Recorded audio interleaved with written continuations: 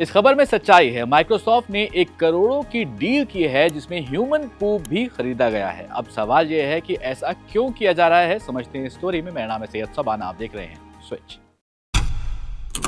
आप और हम अक्सर बात करते हैं कि क्लाइमेट चेंज हो रहा है बहुत ज़्यादा। कभी ज़्यादा बारिश हो रही है, कभी बारिश नहीं हो रही है, कभी ठंड ज़्यादा पड़ रही है, कभी ठंड नहीं हो रही है, कभी डेजर्ट एरियाज़ में बारिश हो जा रही है। तो इसके लिए दुनिया भर के जो लीडर्स हैं इकट्ठा होते हैं, जिसमें बात होती है कि कार्बन एमिशन ज़्यादा हो रहा है, इसे सभी देशों को कम करना चाहिए। अब ये कार्बन एमिशन कैसे कम हो सकता है? जैसे कम गाड़ियों का इस्तेमाल किया जाए, सोलर एनर्जी पर ज़्यादा फोकस किया जाए, पेड़ पौधे लगाए जाएं। लेकिन अब दुनिया वहाँ पहुँच चुकी है जहाँ सिर्फ कार्बन को कम करना काफ़ी नहीं है, अब ज़रूरत है उसे एटमॉस्फेयर से निकाल देना, और वो भी हमेशा के लिए। अब इसी डायरेक्शन में एक कदम और बढ़ाया गया है टेक जायंट माइक्रोसॉफ्ट की तरफ से। कंपनी ने हाल ही में अमेरिका की जो क्लाइमेट टेक्नोलॉजी है कंपनी है, उसका नाम है वॉल्टेड डीप, उसके साथ एक बड़ी डील की है जिसकी कीमत लगभग 14,000 करोड़ रुपए की है मीडिया रिपोर्ट्स के हिसाब से। इस डील का मकसद है साल 2038 तक लगभग 49 लाख टन कार्बन डाइऑक्साइड को एनवायरनमेंट से हटाकर उसे जमीन के नीचे दफना देना।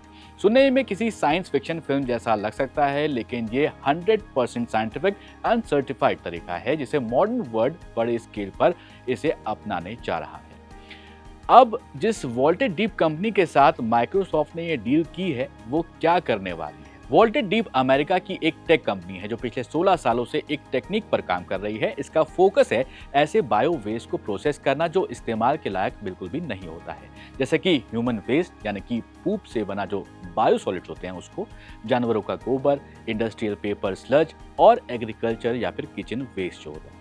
ये जितना भी वेस्ट है उससे कार्बन एमिशन होता है। वॉल्टेड डीप इस कचरे को इकट्ठा करके उसे लिक्विड स्लरी में बदलती है और फिर उसे हजारों फीट की गहराई तक जमीन की चट्टानों के परतों के नीचे इंजेक्ट करती है। इस पूरे प्रोसेस को कहा जाता है डीप सब सरफेस इंजेक्शन। कई कंपनीज और सरकारें आज भी कार्बन ऑफसेटिंग जैसे तरीकों का सहारा ले रही हैं, जैसे पेड़ लगाना या फिर किसी दूसरे एरियाज में ग्रीन एनर्जी पर इन्वेस्ट करना। लेकिन कार्बन रिमूवल उससे कहीं गुना आगे है। ये जो नई टेक्निक है वॉल्टेड डीप का दावा है कि उसका तरीका हवा से कार्बन को परमानेंटली रिमूव करने लायक है। वो काम वैसे ही करता है जैसे ही स्लरी धरती के नीचे इंजेक्ट की जाती है, वो जियोलॉजिकल रूप से एक सील की तरह बंद हो जाती है। वहाँ ना तो ऑक्सीजन होती है ना कि सूरज की रोशनी होती है, यानी वो कचरा वहाँ रहने वाले बैक्टीरियाज को खाद नहीं बनाने देता है। इस वजह से वहाँ मीथेन जैसी जो जहरीली गैसेज होती हैं वो नहीं बनती है।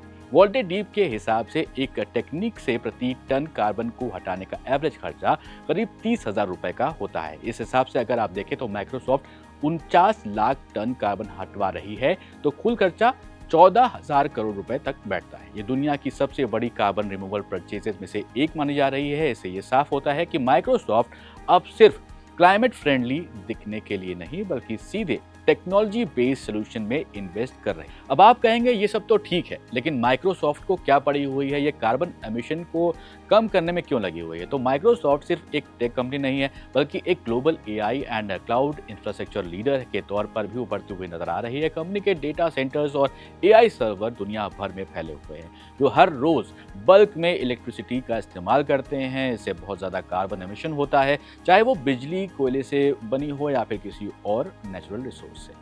माइक्रोसॉफ्ट ने 2020 में ये घोषणा की थी कि वो 2030 तक कार्बन नेगेटिव बनना चाहता है, यानी वो जितना कार्बन पैदा कर रहा है उससे ज्यादा हटाएगा।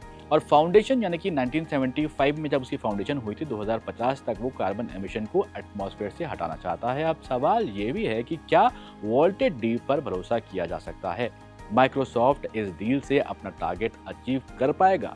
देखिए, वॉल्टेड डीप की टेक्निक को 2008 में अमेरिकी एजेंसीज ने मंजूरी दी थी। कंपनी के पास मल्टी स्टेट एनवायरमेंटल अप्रूवल्स हैं और ये अब तक लाखों गैलन बायो वेस्ट को सुरक्षित तरीके से इंजेक्ट कर चुकी है जमीन के अंदर। इसके अलावा माइक्रोसॉफ्ट जैसी बड़ी कंपनीज ने अगर 14,000 करोड़ जैसी भारी रकम इसमें लगाई है तो जाहिर है कि उसने सभी रिसर्च की होंगी, उसके बाद ये कदम उठाया होगा या डील की होगी। वैसे माइक्रोसॉफ्ट अकेली कंपनी नहीं है जो इस दिशा में गंभीरता से काम कर रही है। गूगल, अमेजॉन, एप्पल जैसी टेक कंपनीज जो हैं वो भी कार्बन रिमूवल, ग्रीन एनर्जी और क्लाइमेट फोकस्ड टेक्नोलॉजीज में भारी तरह से निवेश कर रही हैं।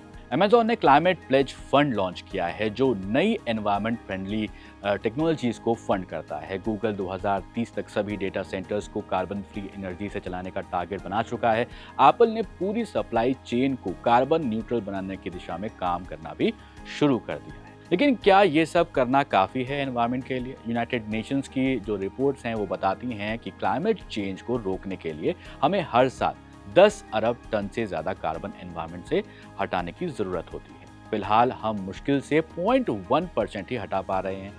और हाँ, यहाँ पर माइक्रोसॉफ्ट की बात करें तो ये डील काफ़ी बड़ी नज़र आ रही है, लेकिन ये शुरुआत भर है। असली लड़ाई तो अब शुरू हुई है। फिलहाल इस वीडियो में इतना ही। ऐसे ही वीडियोज़ के लिए आप देखते रहिए स्विच।